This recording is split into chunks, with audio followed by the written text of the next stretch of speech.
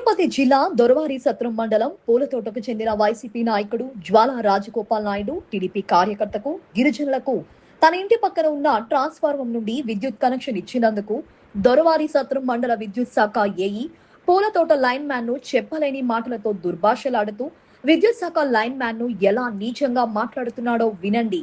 గిరిజనులను line man గా నీచంగా మాట్లాడిన రాజగోపాల్ ను వెంటనే కేసు నమోదు చేసిన రిమాండ్ పంపాలని గిరిజనులు కోరుతున్నారు. నమస్తే సార్. నమస్తే. ఇప్పుడు నా ట్రాన్స్ఫార్మర్లో నుంచి ఇప్పుడు విద్యాసాగర్ గోడికి ఎందుకు ఇచ్చావు లైను? ఏ గారు ఇమ్మన్నారు సార్.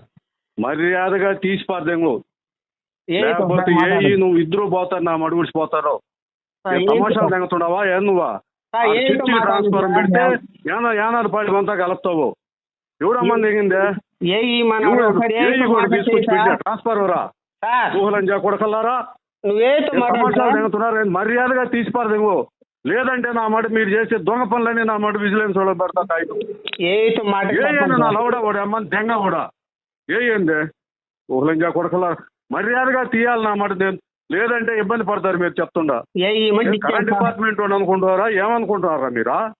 వచ్చిన తర్వాత నాశనం అయిపోయింది నా మాట, సర్వనాశనం. మర్యాదగా తీయండి నా కొడకలారా. నా చెప్పకుండా ఎందుకు చేస్తారు మీరు? చెప్పకుండా అమ్మని ఊడిదా ఎందుక మర్యాదగా ఈ రోజు తీసేయాలి. అది చెప్తుండా నువ్వేమి చెప్పు.